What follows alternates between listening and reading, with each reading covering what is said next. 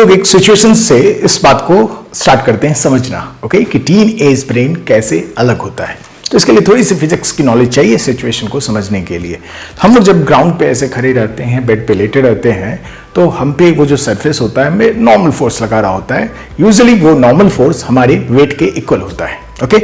मान लीजिए कभी ऐसा हो आपके साथ कि normal force all of sudden decrease हो जाए आपके बॉडी पे, ओके, तो आपका ब्रेन क्या सेंस करेगा? कि आपका ब्रेन ये सेंस करेगा कि आपकी वेट कम हो गई है, और ब्रेन तरह तरह के थॉट प्रोसेसेस हमारे मन में आने लगते हैं कि ये ऐसे कैसे हो सकता है। तो वो सोचता है कि कहीं हाथ तो नहीं मैंने लॉस कर दिया, पैर तो नहीं कहीं तो लॉस कर दिया, और हमारे ब्रेन का सिंपैथेटिक सिस्टम स्टार्ट हो जाता है काम करना। Means heart will start pounding, your breath will increase, breathing rate will increase and so on, okay. तो ऐसा होने लगता है जब भी आपका नॉर्मल फोर्स की फीलिंग आपके ब्रेन में कम होने लगती है, ओके। और नॉर्मल फोर्स जीरो हो जाता है हमारी बॉडी पे, तो हम लोग उसको कहते हैं वेटलेसनेस हो गया है, okay. And it is very very like आप डर फील होने लगेगा because of sympathetic system start हो गया, हार्ट का पंपिंग ज्यादा होगा, ब्रीदिंग बढ़ जाएगा, etcetera etcetera. Now there is a Sunday, okay, और घर में डैड है और एक टीनेजर किड है, और टीनेजर किड कुछ करने को है नहीं, और टीनेजर किड जब कुछ भी करने को नहीं होता है तो सबसे ज्यादा बोर्ड वो हो रहा होता है as compare to adult and as compare to child also, okay. तो होता क्या है इस सिचुएशन में कि डैड डिसाइड करते हैं चलो इसको हम लोग कोई रोलर कोस्टर पे लेके चलते हैं, ओके। तो डैड और टीनेजर किड दोनों जाते हैं रोलर कोस्टर पे राइड करने के लिए। दोनों एक ही राइड में बैठ जाते हैं, राइड चलना शुरू होती है, ओके। एंड होता क्या है कि आप देखे होंगे ऐसे, है ना, ऊपर जाते हैं जब रोलर कोस्टर में तो आपको कुछ नहीं हो रहा होता है, जब नीचे आते हैं तो कुछ कुछ होता है, ओके। बिकॉज जब आप नीचे आ रहे होते हैं तो आप पे जो नॉर्मल फोर्स लग रहा होता है सरफेस का वो कम हो जा रहा होता है, राइट। तो अब सोचिए क्या हो रहा होगा। तो एडल्ट ब्रेन क्या सोच रहा था कि वही वाली बात, अरे नॉर्मल फोर्स कम हो गया, मेरा वेट कम हो रहा, ऑल ऑफ सडन वेट कैसे कम हो सकता है, जरूर मैंने कुछ लॉस कर दिया है बॉडी पार्ट, लगता है हैंड लॉस हो गया, ये लॉस हो गया, वो लॉस हो गया, etcetera etcetera. Lots of abstract thought coming into the mind of the adult, okay. उसका कुछ ना कुछ गड़बड़ हो गया है और उसे डर लगना स्टार्ट हो जाता है, ओके। टीनेजर के ब्रेन में क्या चल रहा होता है? टीनेजर के ब्रेन में ये चल रहा होता है, okay, I am losing my body, my soul is liberating and so on. He is feeling so excited, okay? तो ये दोनों डिफरेंस क्यों होता है? जहां डैड डर रहे होते हैं और टीनेजर इसको एक्साइटिंग फील करता है, लिबरेटिंग फील करता है, like soul is liberating out of the body. ऐसा क्यों हो रहा होता है? Okay, is it because of the newly form sex hormones in the teenager? Is it? I don't think so. ये इसलिए हो रहा होता है कि उनका brain, teenager brain is different than the adults brain, okay. इसको भी समझेंगे आगे चल के। सिचुएशन 2, डैड जॉब करने जाते हैं, जॉब करने के बाद बहुत सारे कंप्रोमाइजेस करने होते हैं उनको, बहुत सारे एडजस्टमेंट करते हैं, ओके। किसी तरह थक हार के वो घर आते हैं। घर आने के बाद देखते हैं कि टीनेजर टीवी देख रहा है, ओके। बच्चा टीवी देख रहा है तो वो क्वेश्चन कर पाते हैं, तो आज दिन में कैसी पढ़ाई हुई? एंड बच्चा ऑफेंडेड फील करता है, टीनेजर ऑफेंडेड फील करता है, क्या डैड दिन भर मैंने पढ़ाई किया, अभी तो मैंने टीवी स्टार्ट कर दी, etcetera etcetera. Teenager feel offended. ऐसा क्यों होता है? Because of the sex hormones? I don't think so, okay. Because teenager must have something different in their brain, okay. और उसी को हम लोग यहाँ पे समझने की कोशिश करेंगे कि टीनेजर का ब्रेन कैसे अलग होता है, ओके। सो टीनेजर और एडोलेसेंस का मतलब क्या होता है? तो हम लोग ऐसे करते हैं ब्रॉडली, बर्थ से लेके 12 ईयर तक हम लोग चाइल्ड बोल देते हैं उन्हें, 12 से 24 ईयर तक हम लोग टीनेजर या एडोलेसेंट बोलेंगे, एंड 24 ईयर ऑनवर्ड हम लोग कहेंगे कि वो एडल्ट हो चुके हैं, okay. Mind brain point of view से, ओके। अच्छा, ये कोई स्ट्रिक्ट डिवीजन नहीं होता कि 12 ही होगा, ओके। इंडिविजुअली किसी का ब्रेन डेवलपमेंट पहले स्टार्ट हो सकता है, किसी का बाद में हो सकता है, इसलिए 12 और 24 is average for the teenagers, okay. यहां तक हम लोगों को समझ में आया, ओके। आगे बढ़ते हैं। एंड दूसरी बात, जब हम लोग यहां पे बात करेंगे तो इट इज एवरेज, राइट। एक इंडिविजुअल टीनेजर दूसरे इंडिविजुअल टीनेजर से अलग हो सकता है माइंड वाइज, ओके। तो हम लोग जब यहां बात कर रहे होंगे ये एक एवरेज की बात, मतलब ज्यादातर केसेस में ऐसा होता है। चलिए, तो इसमें एक टर्म आएगा, पहला टर्म अटैचमेंट। तो अटैचमेंट को समझने की कोशिश करते हैं। What is attachment? It is mammalian capacity, it is mammalian capacity, mammals में ये कैपेसिटी होती है to have an infant dependent on the parents for his और हर सर्वाइवल। ये एक मैमेलियन कैपेसिटी है जिसमें इन्फेंट पेरेंट्स पे डिपेंडेंट होते हैं अपने सर्वाइवल के लिए। ये सारे मैमल्स में पाए जाते हैं। ओके, तो ये अटैचमेंट होता क्या है? Is it all about the survival? Human being में, हमारे ह्यूमन बीइंग में ऐसा होता है कि ये जो अटैचमेंट होता है सिर्फ इन्फेंट को नहीं, infant means 0 to 1 year, right? Birth से 1 ईयर तक को इन्फेंट कहते हैं, 2 ईयर 1 ईयर ऐसा कुछ कह सकते हैं आप इन्फेंट को। तो आप ये समझिए कि क्या इन्फेंट सिर्फ सर्वाइवल के लिए पेरेंट पे डिपेंडेंट होते हैं? दूसरा क्वेश्चन या दूसरी बात, ह्यूमन बीइंग में ये जो अटैचमेंट होता है, ये जो सर्वाइवल होता है ह्यूमन बीइंग में बहुत लंबा होता है। कभी कभी तो पेरेंट अपने किड्स को लाइफ लॉन्ग ये ऑफर करते हैं कि आप उस पर डिपेंडेंट हो सकते हो। ओके, चलिए, तो ये अटैचमेंट जनरेट कैसे होता है? तो ये अटैचमेंट में 4 S आते हैं। पहला सीन, सेकेंड सेफ, थर्ड सूद, फोर्थ सिक्योरिटी। इन चारों को समझने की कोशिश करते हैं। ओके, सीन, इसमें क्या होता है कि अब पहले ऐसे बर्थ होता है, बर्थ के बाद तुरंत चाइल्ड तो बोलना स्टार्ट नहीं करता है, तो पेरेंट मॉम और डैड क्या करते हैं कि मॉम एंड डैड का जो माइंड होता है वो बच्चे के माइंड को देखने की कोशिश करता है, फील करने की कोशिश करता है और समझता है कि शायद इसे भूख लगी है तो मिल्क ऑफर कर देते हैं, शायद इसे अकेलापन महसूस हो रहा है तो उसके साथ खेलने लगते हैं, एक्सेट्रा एक्सेट्रा, राइट? तो ये mind is talking with the others mind. Okay, so mind of parent is actually seeing into the mind of the kids, so that is the scene. Okay, धीरे धीरे ये होता है हमारा कि जैसे जैसे हम लोग बच्चे बड़े होते हैं तो शायद वो बोलना स्टार्ट कर देते हैं, जब बोलना स्टार्ट कर देते हैं तो हम लोग सुनना स्टार्ट कर देते हैं। एज ए पेरेंट हम लोग उनके माइंड में देखना बंद कर देते हैं। ओके, और इफ आप देखना बंद कर देंगे माइंड के अंदर तो अटैचमेंट कम होने लगेगा। ओके, दूसरा is safe. Okay, it is like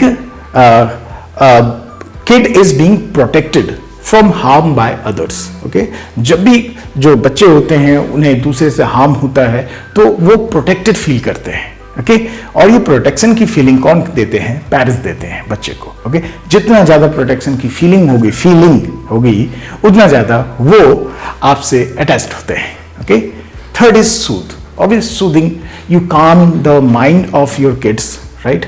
आप जब टीनेजर के माइंड को आप सूद करते हैं तो भी वो ज्यादा अटैच होते हैं। और आपने ये तीनों चीज कर दिया, उसके माइंड को देखा, समझा, वैसे इसलिए बिहेव किया, उसको सेफ्टी प्रोवाइड कर रहे होते हैं और उसके माइंड को सूद भी कर रहे होते हैं, तो ऑब्वियसली आप सिक्योर हो जाते हैं, है ना? टीनेजर्स अपने आप को सिक्योर फील करता है। अब होता क्या है यहाँ पे? ह्यूमन बीइंग के केस में गड़बड़ होने लगती है। ये चारों चीज एक्चुअली जब चाइल्डहुड होता है, ओके, जब बच्चे छोटे होते हैं तो ये चारों चीजें पेरेंट से मिलता है। ओके, पेरेंट की तरफ ये देखते हैं कि मुझे मिल जाए। लेकिन टीनेजर में एक अलग सी बात होने लगती है, वो इन चारों चीजों को अपने पीयर ग्रुप में खोजना शुरू कर देते हैं, मींस अपने ग्रुप के टीनेजर्स के साथ। ओके, ये चारों चीज वो किस में ढूंढना स्टार्ट कर देते हैं? अपने टीनेजर्स के साथ। ओके, टीनेजर्स में वो ये चारों चीजें ढूंढना स्टार्ट कर देते हैं।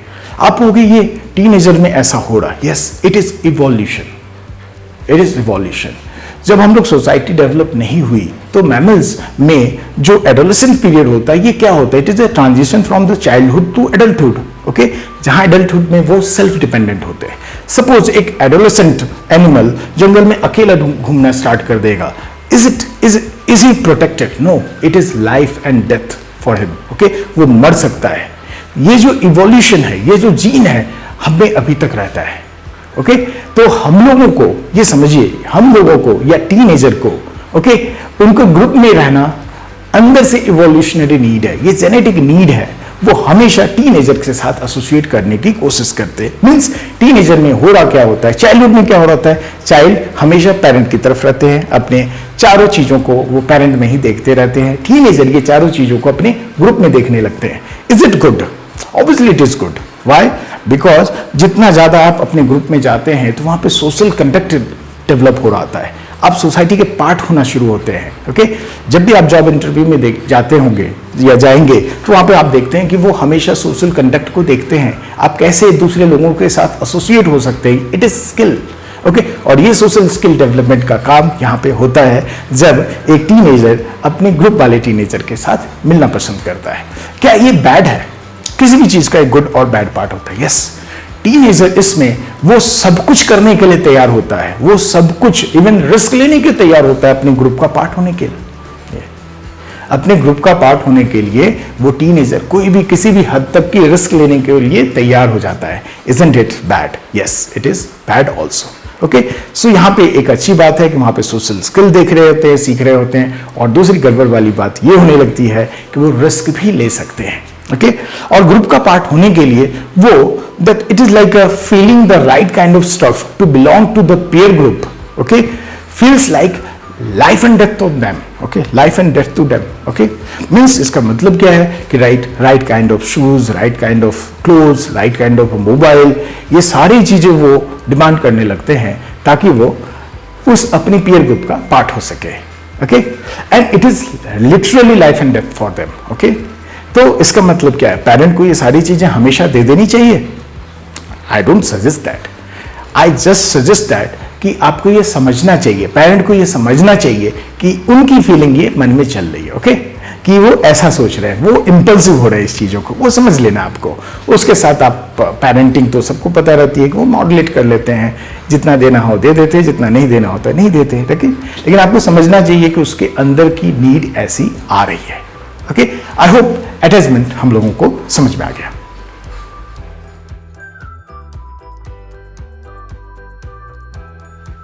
Next thing is synaptic pruning.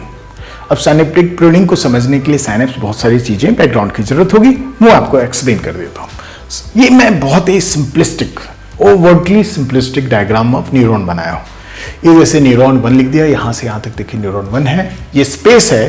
एक न्यूरॉन और दूसरे न्यूरॉन आपस में हमेशा बातचीत करते रहते हैं। ओके, और ये जो स्पेस होता है उसे हम लोग साइनेप्स कहते हैं। ओके, एंड ये दूसरा न्यूरॉन है।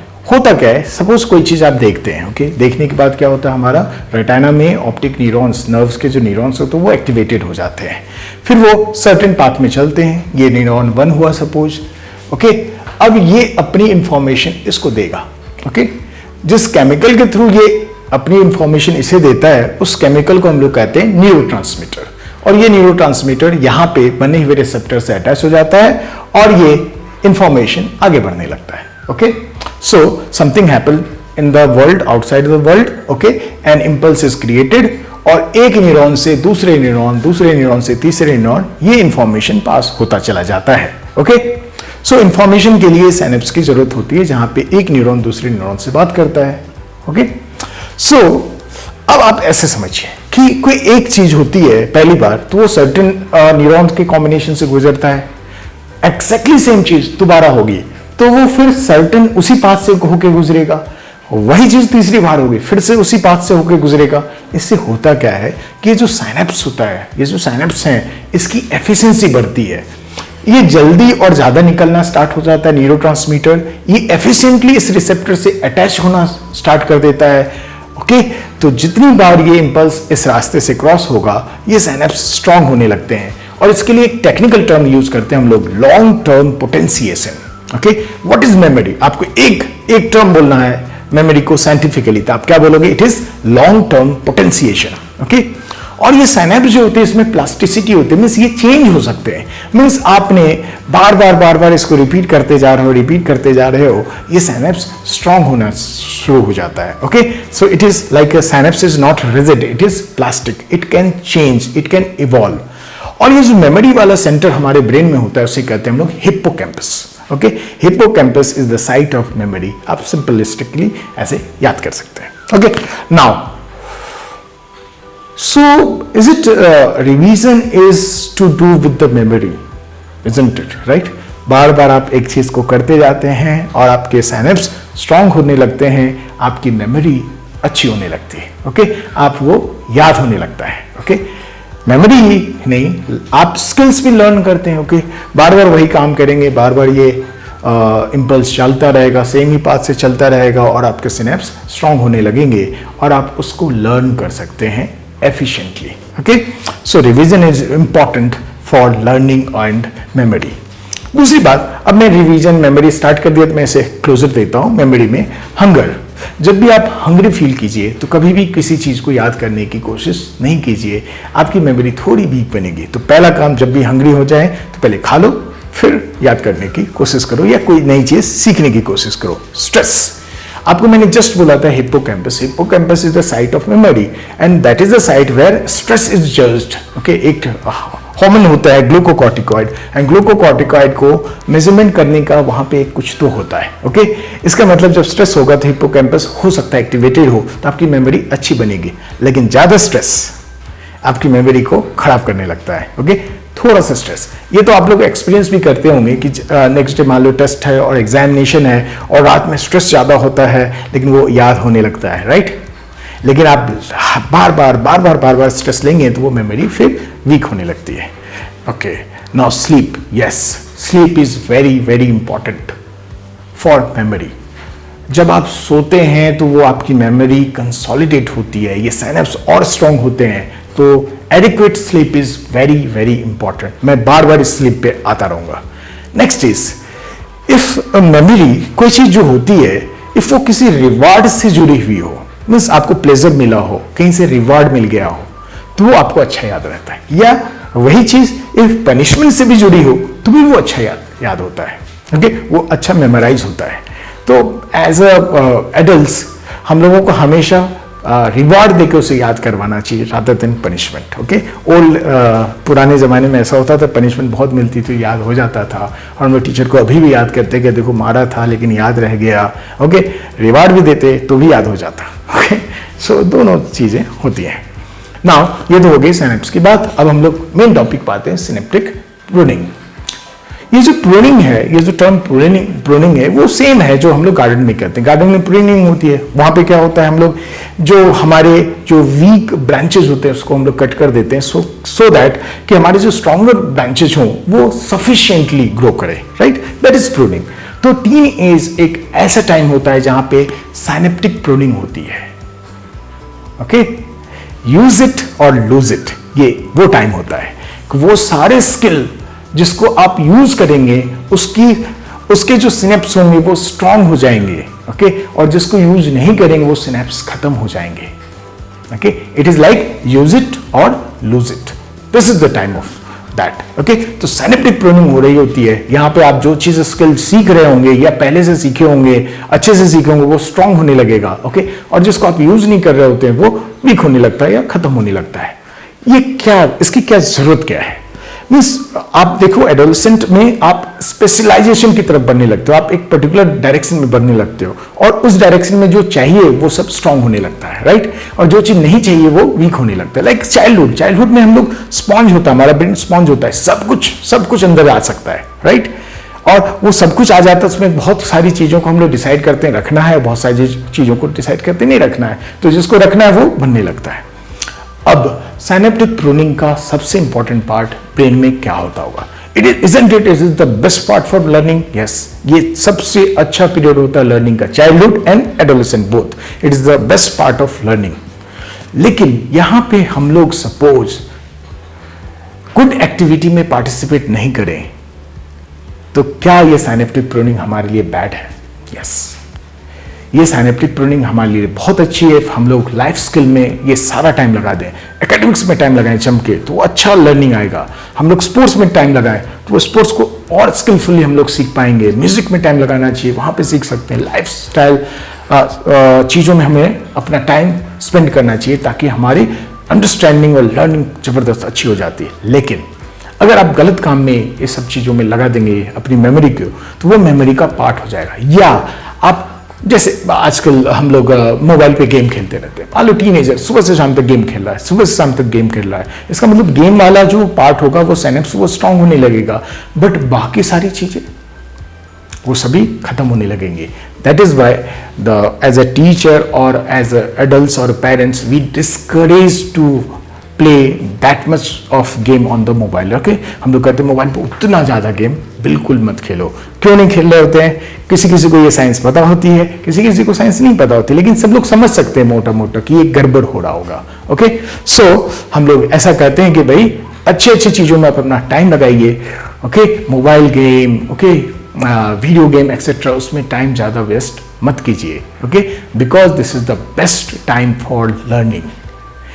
एंड एक और इंपॉर्टेंट बात, एडिक्शन। एडिक्शन की ज्यादा बातें हम लोग खुल के नहीं कर पाते हैं। Isn't it? Addiction is also a type of learning. Okay, आप एडिक्टिव कुछ अल्कोहल यूज करते हैं या कोई और ड्रग्स यूज करते हैं, उससे भी इंपल्स जनरेट होता होगा, राइट? इंपल्स जनरेट होता होगा और that is rewarding also. Okay, तो इंपल्स जनरेट हो रहा है बार बार, तो वो सिनेप्स आपके स्ट्रांग हो रहे हैं and it is also associated with the reward. हम लोग जानते हैं कि रिवार्ड से जो चीज एसोसिएटेड होती है वो ज्यादा याद होती है। ओके, सो एडिक्शन आप टीन एज में कोई कर रहा होता है या एडोलेसेंट पीरियड में कर रहा होता है, तो उसकी एडिक्शन ज्यादा स्ट्रांग होती है। ओके, उसको रिकवर करना ज्यादा मुश्किल होगा। Okay, and next part, brain is still not so much develop, तो ब्रेन को भी डैमेज बहुत ज्यादा होता है इफ टीन एज में कोई भी एडिक्शन में जाता है। Okay, so it is all about synaptic pruning.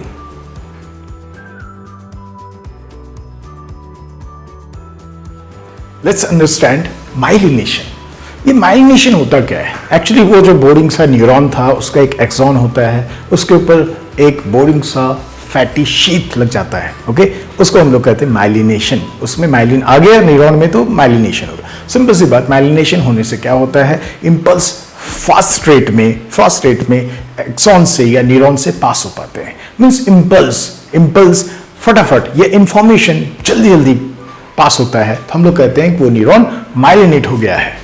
अब आप यहाँ पे एक होती है triune system of the brain. Brain को समझने के लिए एक पॉल मैकलिन एक साइंटिस्ट थे, उन्होंने ट्रायून सिस्टम ऑफ ब्रेन दिया। उसके अकॉर्डिंग आप ब्रेन को ऐसे समझिए, मेरे अकॉर्डिंग ऐसे समझिए, एक मैं क्या कर रहा हूँ, देखो ये अंदर कर लिया ऐसे। Okay, this is your brain. Okay, in a simplistic, very simplistic way, this is your brain. Okay, and this part is your brain stem. Okay, this part is the brain stem. Okay, then this is your limbic system. This is cortex, and the frontmost part is called as a prefrontal cortex. The front part is called as what? Prefrontal cortex.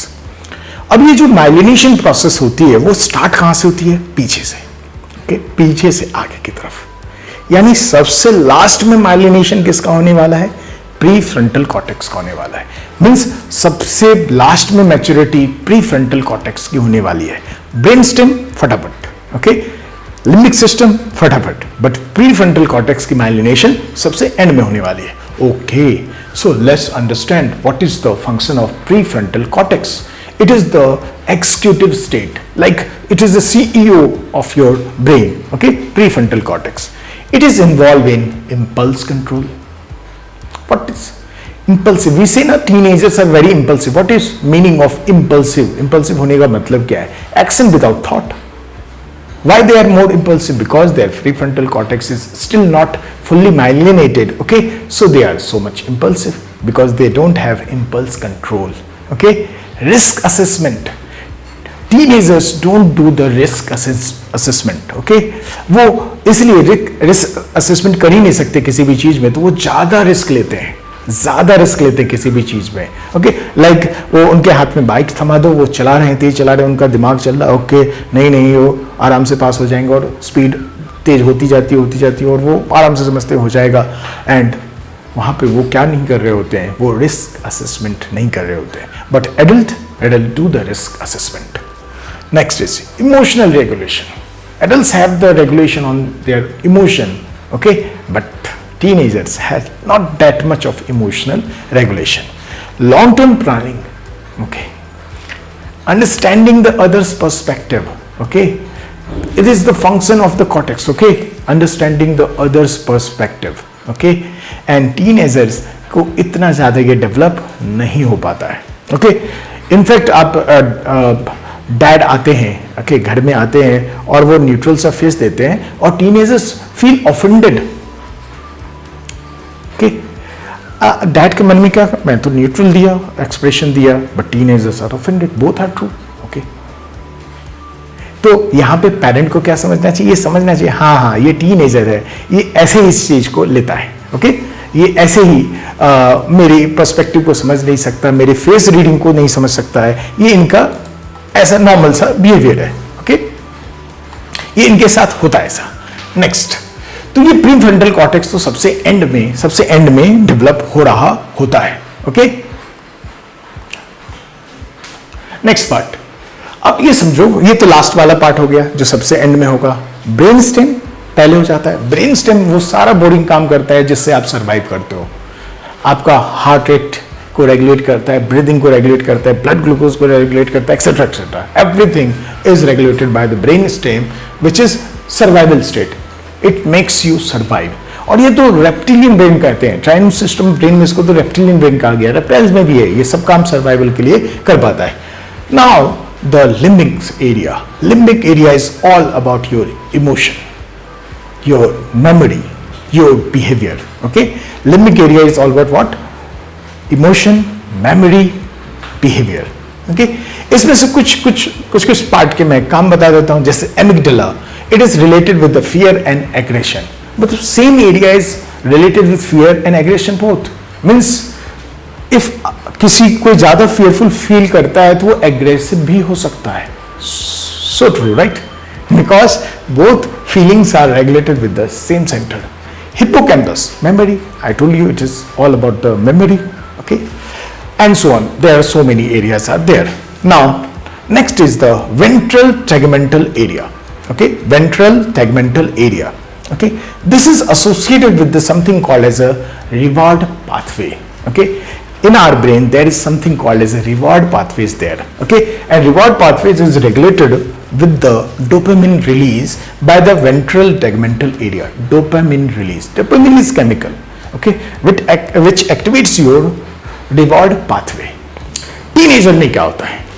ये जो dopamine का जो base layer होता है, basic जो release होता है, base line, वो कम होता है। इसलिए नॉर्मल सिचुएशन में वो ज्यादा बोर्ड फील करते हैं। ओके, आप कह सकते हैं ये प्लेजर एंड रिवार्ड पे इन्वॉल्व होता है, ये वेंट्रल टेगमेंटल एरिया।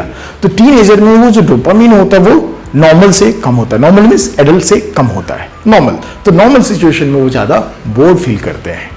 लेकिन something rewarding to their mind, उनके माइंड के अकॉर्डिंग कुछ समथिंग रिवॉर्डिंग आया तो डोपामिन का रिलीज बहुत बहुत बहुत ज्यादा होता है as compare to adult. Adult का रिलीज यहां तक होगा तो टीनेजर का रिलीज यहां तक होगा। ओके, इसका मतलब हुआ कि वो रिवॉर्ड सीकिंग है, रिवॉर्ड सीकिंग है। ओके, तो ये रिवॉर्ड सीकिंग में सबसे इंपॉर्टेंट कॉन्सेप्ट आ जाता है नोवेल्टी का। नई चीजें करने में किसी को रिवॉर्ड की फीलिंग आती है। ये नई चीज करना एक टीनेजर की जरूरत है। आपको नई चीजें करनी पड़ेंगे, नए सब्जेक्ट्स लेने पड़ेंगे, नए स्किल सीखने पड़ेंगे। और ये नई चीज हो सकती है आपको गलत जगह पे ले जाए। एडिक्शन नया है।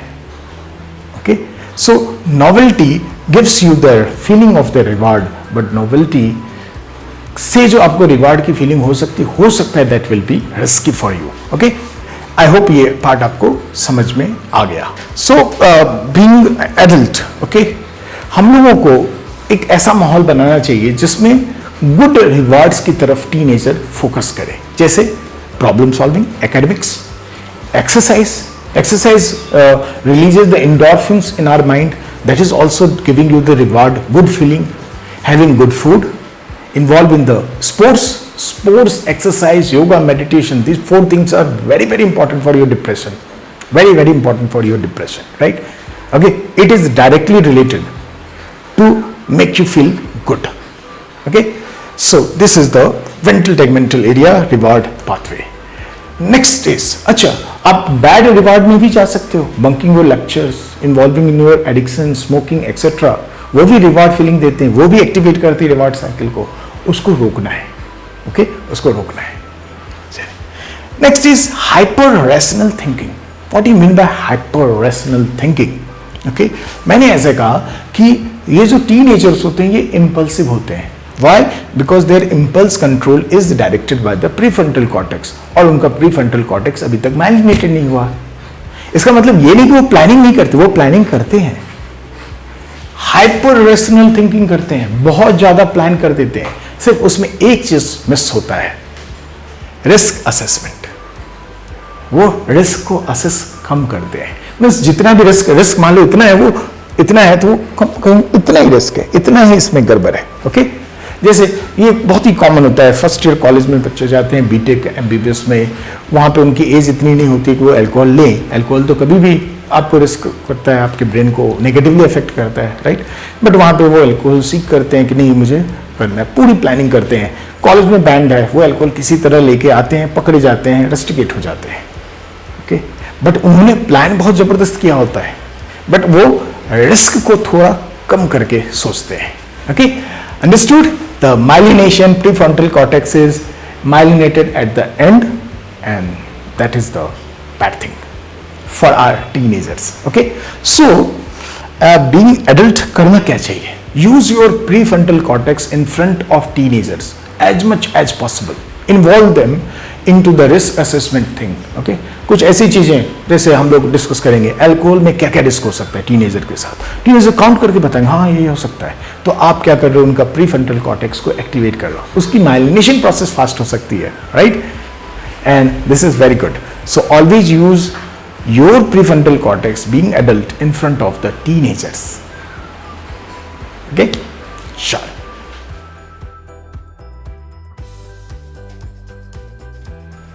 Let's understand sleep. There is a master clock in our brain. Okay, it is near about the area around area of suprachiasmatic nuclei. Too much biology. Okay, and each cell around that nuclei is involved in the molecular oscillation. In each cell, molecular oscillation is happening. और जो भी आप 11-12 के बच्चे physics में होंगे उनको पता होगा oscillation is all about finding out the time period. Okay, so वहां पे मॉलिक्यूलर ऑसिलेशन हो रहा होता है and that is setting your biological need of the sleep. Okay, यहाँ पे एक केमिकल होती है मेलेटोनिन, मेलेटोनिन डायरेक्टली रिलेटेड होती है स्लीप के ऑनसेट से। ओके, सो एडल्ट में melatonin suppose let 8 o'clock release होता है और वो 10 o'clock स्लीपी हो जाते हैं, राइट। बट टीनेजर्स में ये 2 घंटे बाद रिलीज होता है ऑन एवरेज। ओके, सो उनमें टीनेजर में 10 बजे रिलीज होता है, 10 o'clock रिलीज होता है, they will feel sleepy around 12 o'clock। Midnight के आसपास उनकी स्लीप बायोलॉजिकल नीड स्टार्ट होती है स्लीप की, वो लेट से नीड ही जनरेट होती है।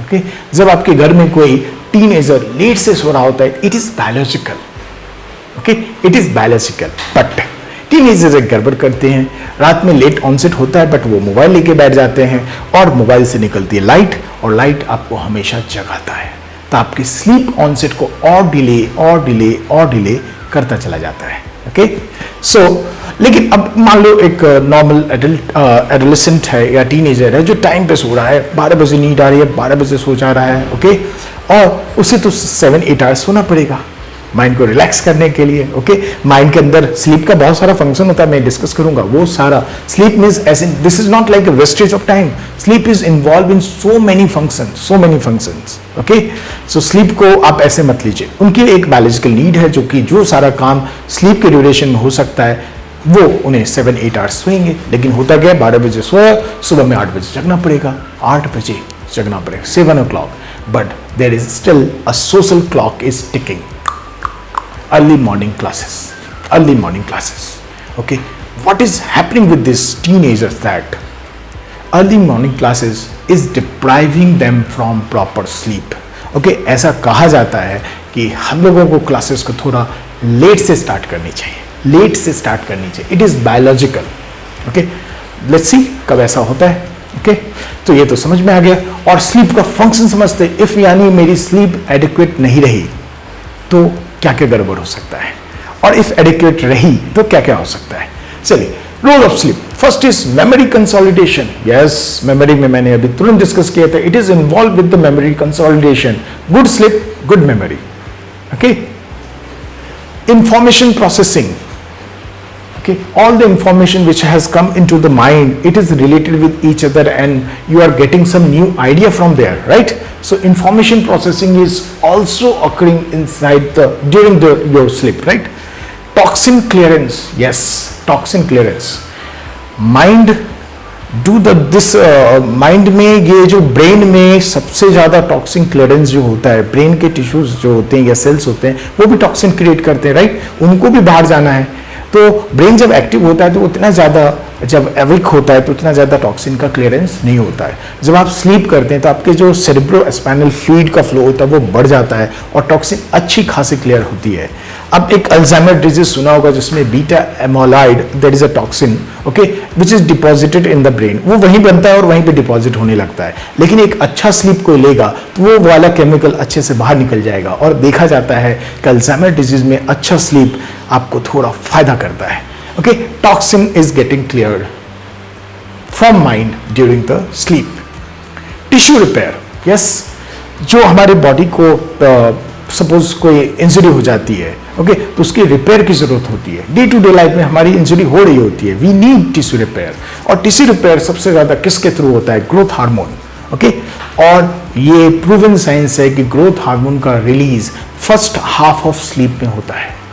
फर्स्ट हाफ ऑफ स्लीप में ग्रोथ हार्मोन की रिलीज मैक्सिमम होती है और वो स्लीप एडिक्वेट नहीं होगी तो टिश्यू रिपेयर अच्छा नहीं होगा।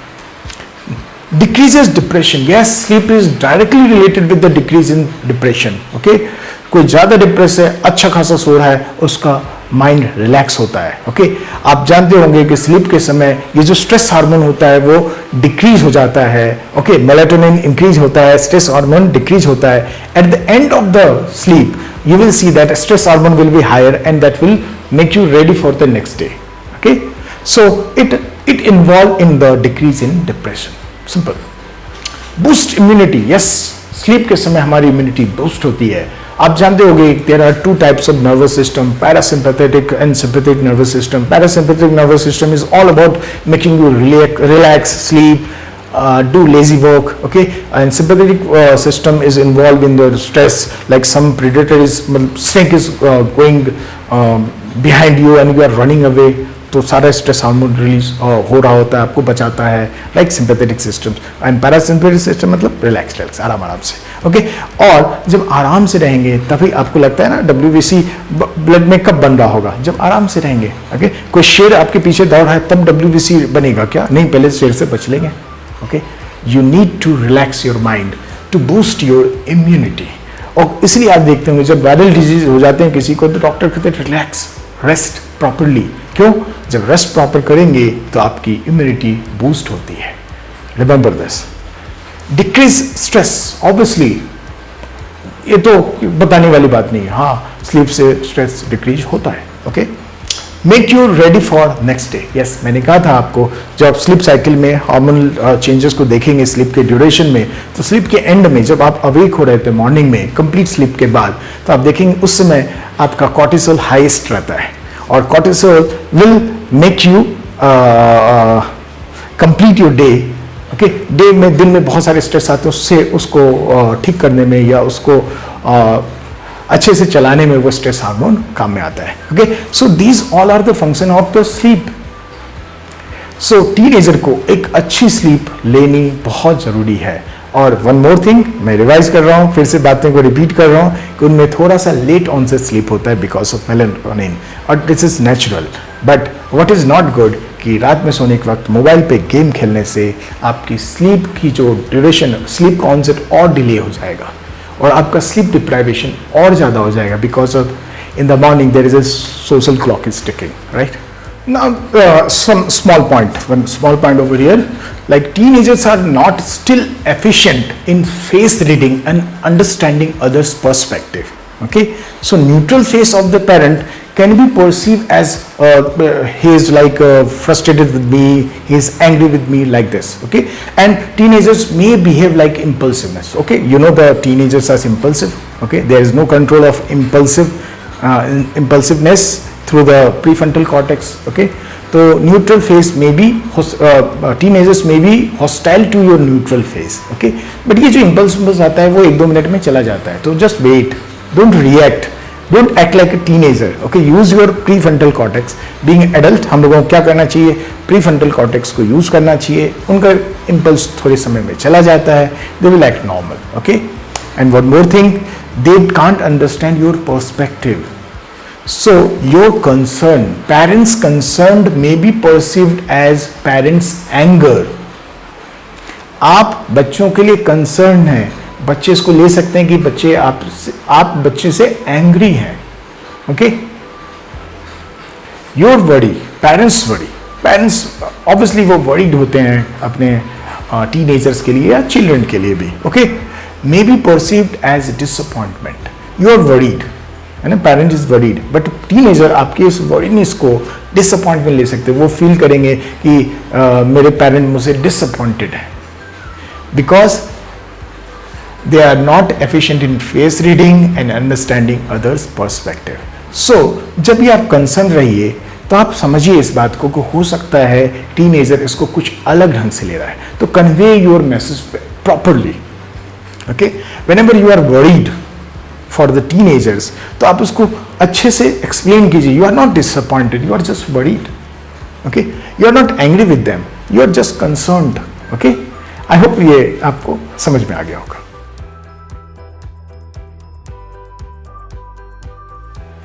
Let's talk about depression in teenage. Okay, what is depression? It is a biochemical disorder with a genetic predisposition and early experience where somebody can't experience even the most beautiful part of their life.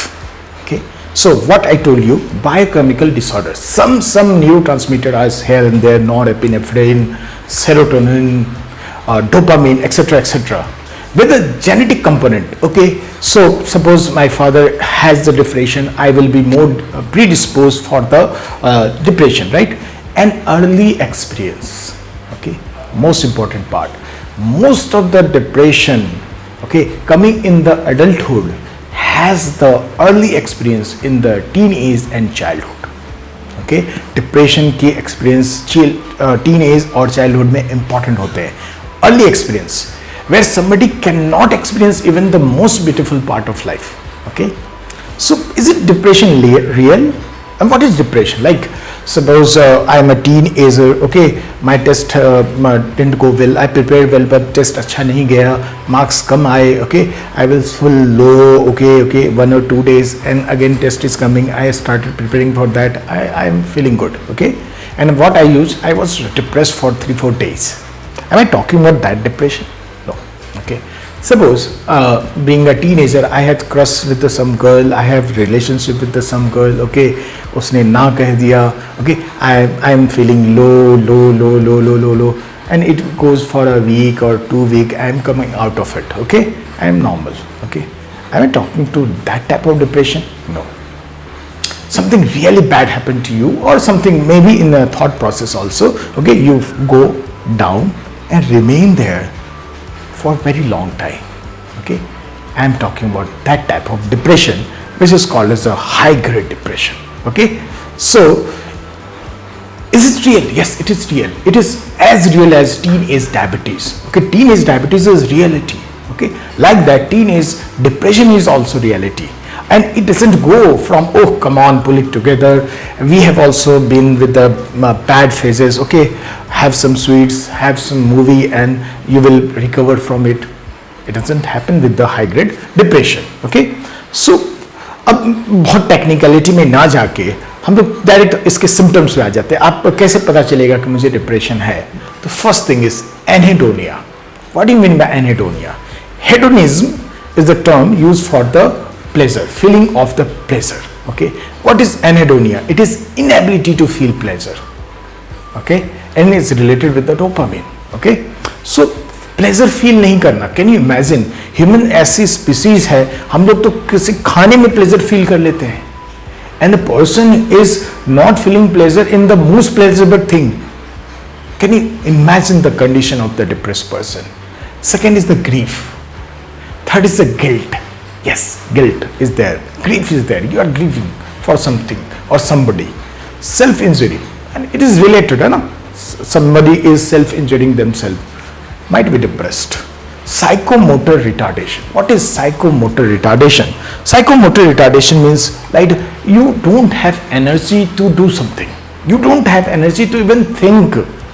Okay, that is called as a psychomotor retardation. Okay, next is sleep. अब जो normal depression, day to day life, simple depression, okay, in that case what happens, you are just going on the bed, not feeling sleepy, है ना, इधर किया, left right किया, थोड़ी देर बाद सो गए, स्लीप थोड़ा खराब रहा, okay. But in case of high grade depression, okay, you will have early morning wake up, you have a lot of need of sleep, okay, but still you are getting up in early morning, okay, and this is like screaming, okay, screaming inside the brain, okay. तो high grade depression में ऐसा होता है जल्दी. और sleep में ऐसा नहीं कि स्लीप में कुछ ऐसा ही हो रहा है. आप स्लीप में क्या होता है कि there are like slow wave pattern of the sleep, then REM sleep, rapid eye movement sleep, when your brain is having dreams and muscle is paralyzed. Because why muscle is paralyzed during the REM, or you are having a dream, otherwise you will start acting out of it, right. Suppose a dream में आप किसी से लड़ाई कर रहे हो और आपने बगल वाला जो भाई है या सिस्टर है उसको लग जाएगा, ओके. तो it is the beauty of the mind. वो उस समय जब आप REM स्लीप चल रहा है तो आपके बॉडी को पैरालाइज कर देता है, okay. You can't enact, okay. So बहुत सारा पैटर्न होता है, बहुत सारे वेव्स चल रहे होते हैं. जब आप वो जो डिप्रेस्ड आदमी का आप ये सारे वेव और देखेंगे तो वो कंप्लीटली डिस्टॉर्टेड हो चुके होते हैं, अजीब सा हो चुका होता है उनका. Means sleep is not sound, okay. Appetite, normally जो डे टू डे थोड़ा सा एग्जाम अच्छा नहीं गया, उसमें क्या होता है कि हम लोग फीलिंग लो, तो हम लोग ने कार्बोहाइड्रेट खाया तो we feel pleasurable, right, okay. And there is a biology inside going on in the brain, reward cycle and all, okay. लेकिन जो बहुत ज़्यादा डिप्रेस हो जाते हैं उनकी एपेटाइट खत्म हो जाती है, don't feel like eating. Activation of stress response in a very depressed person, what happens, the stress response is active, okay. आपका हार्ट पंप कर रहा है, आपके अंदर से आपकी रेस्पिरेशन तेज हो रही है.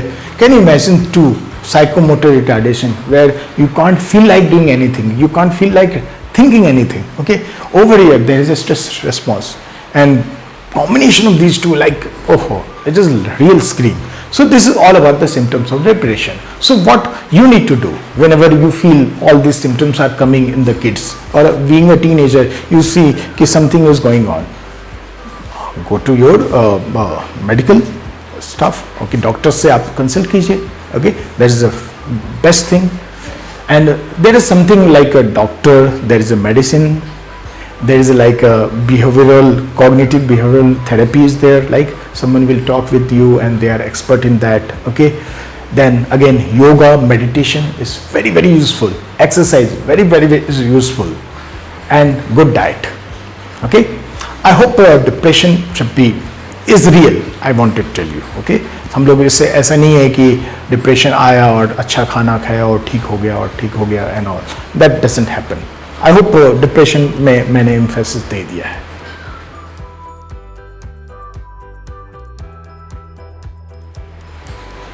One good thing for the females, girls' brain reaches maturity 1 or 2 years earlier than the boys, okay. So आप ऑब्जर्व कर सकते हैं overall, means average, I am telling you, may be exception will be there, right, okay. तो on average girls की maturity 1-2 साल पहले हो जाती है, not sex hormones, I am talking about the brain, okay. Myelination, their prefrontal cortex will get myelinated 1 or 2 years prior to the male, okay. So good thing, okay. So आप देखेंगे girls थोड़ी जल्दी responsive feel करने लगती है, उनकी risk taking capacity थोड़ी कम कर लेती हैं वो लोग जो भी प्रीफ्रंटल कॉर्टेक्स के काम होते हैं. Now somebody, first important point I talked about the attachment, okay. अब जो टीनेजर होते हैं वो अटैच पेरेंट्स से थोड़ा कम और थोड़ा ज़्यादा टीनेजर ग्रुप से होते हैं. टीनेजर ग्रुप ये इवोल्यूशनरी और जेनेटिक नीड होती है, पूरे मैमेलियन ग्रुप में ऐसा हो रहा होता है. ये सर्वाइवल के लिए अच्छा होता है, ये सोसाइटी का पार्ट होने में अच्छा होता है, सेल्फ डिपेंडेंस के लिए अच्छा होता है. बुरा ये होता है वो उस पार्ट होने के लिए कुछ भी कर पाते हैं, कर लेते हैं, कोई भी रिस्क ले लेते हैं, राइट. और वहाँ पे हम लोगों को थोड़ा सा मैनिपुलेट करना पड़ेगा, उनको समझना पड़ेगा हाँ ये नॉर्मल है कि वो अपने फ्रेंड के साथ ज़्यादा इन्वॉल्व होना चाहते हैं, बट वहाँ पे थोड़ी सी नज़र रखनी होगी कि गलत ग्रुप का पार्ट ना हो जाए या गलत एक्टिविटी ना करने लगे, ओके, उनके नीड को समझते हुए। Next pruning, yes pruning was there, like it is the time, ये जो एडोलेसेंट का टाइम होता है, टीन एज का टाइम होता है, ये सिनेप्टिक प्रूनिंग का टाइम होता है, यहाँ पे use it or lose it वाला टाइम है। इफ आप जितने सारे लाइफ स्किल सीखना चाहते हैं, नई लैंग्वेज, नया sports, cycling, driving, anything whatever you want to learn in the teen age, okay learn, okay, it will be with you for long time. Like आप एडल्ट को आप स्विमिंग के लिए कहेंगे, वो डर जाएंगे, उनको बहुत सारे कैलकुलेशन चलने लगते हैं मन में, रिस्क टेकिंग, बहुत सारी चीज़ चलने लगते हैं, वो रिस्क असेसमेंट करने लगते हैं, स्विमिंग करने में दिक्कत होती है। लेट एज में आप इफ ड्राइविंग सीखते हैं, साइकिलिंग सीखते हैं, तो उसमें काफ़ी दिक्कत आती है, ये आप ऑब्जर्व कर सकते हैं। And language no point, okay, आप एडल्ट को नई लैंग्वेज सिखाने के लिए कह दीजिए, उनको बहुत मुश्किल होती है, किसी तरह रट रटा के उन्होंने लैंग्वेज सीख भी लिया तो एक्सेंट की प्रॉब्लम हो जाती है, right? So use it or lose it. Myelination मैंने यही बता दिया, पीछे से आगे की तरफ होता है, प्रीफ्रंटल कॉर्टेक्स में सबसे लास्ट में होता है, वहीं पे आप रिस्क असेसमेंट कर रहे होते हो, तो इसलिए टीनेजर में रिस्क असेसमेंट थोड़ी कम होती है। It is good because then only they can go for the new things, right? But still too much risk is not good, okay? तो वहाँ पे प्रीफ्रंटल कॉर्टेक्स वो इम्पल्सिव होते हैं, इम्पल्स को कंट्रोल नहीं कर पाते, इमोशन को ज़्यादा कंट्रोल नहीं कर पाते, और बिकॉज उनका प्रीफ्रंटल कॉर्टेक्स अभी भी माइलिनेटेड नहीं हुआ है, उनमें इम्पल्स की जनरेशन उतनी तेज़ नहीं होती, सो वो कंट्रोल नहीं कर पाते आपके इमोशंस एंड एक्टिविटी को। स्लीप इज़ लाइक सबसे इंपॉर्टेंट बात था, बायोलॉजिकली वो डिफरेंट कैसे थे, इनका स्लीप कॉन्सेप्ट लेट होता है because of melatonin is release late in case of teenager. So late से सोते हैं, लेट से जगना, उनका कंप्लीट स्लीप होने के लिए थोड़ा लेट से जगेंगे, लेकिन social clock is ticking, so somewhat we have to adjust. If we can't change our teaching system, late classes नहीं स्टार्ट कर सकते, थोड़ा सा ट्राई करें जल्दी सोने का, राइट? And no mobile use while sleeping, going for sleep. Addiction, because मैंने कहा लर्निंग का टाइम होता है यहाँ पे, तो आप एडिक्शन को भी जल्दी लर्न कर जाते हैं, आपके ब्रेन में जल्दी एडिक्शन बैठ जाता है, आप ज़्यादा एडिक्टेड होते हैं एज कम्पेयर टू एडल्ट्स, और ब्रेन मैच्योर नहीं है, माइलिनेशन अभी हो ही रहा है, तो आपके ब्रेन की इंजुरी भी ज़्यादा होती है। फियर, इसकी बात मैंने कहा, one thing, parents should not be the source of fear. जब भी उनको फियर आउटर वर्ल्ड से मिलता है, वो आपके पास आते हैं, पेरेंट के पास आते हैं। Suppose just imagine parent is the source of fear, what will happen to the kid? Okay, just remember this, depression is as real as diabetes, heart diseases, etc. just recognize it, okay? And if it is like बहुत ज़्यादा हो रहा है या कुछ ऐसे symptoms आ रहे, doctors के पास चाहिए।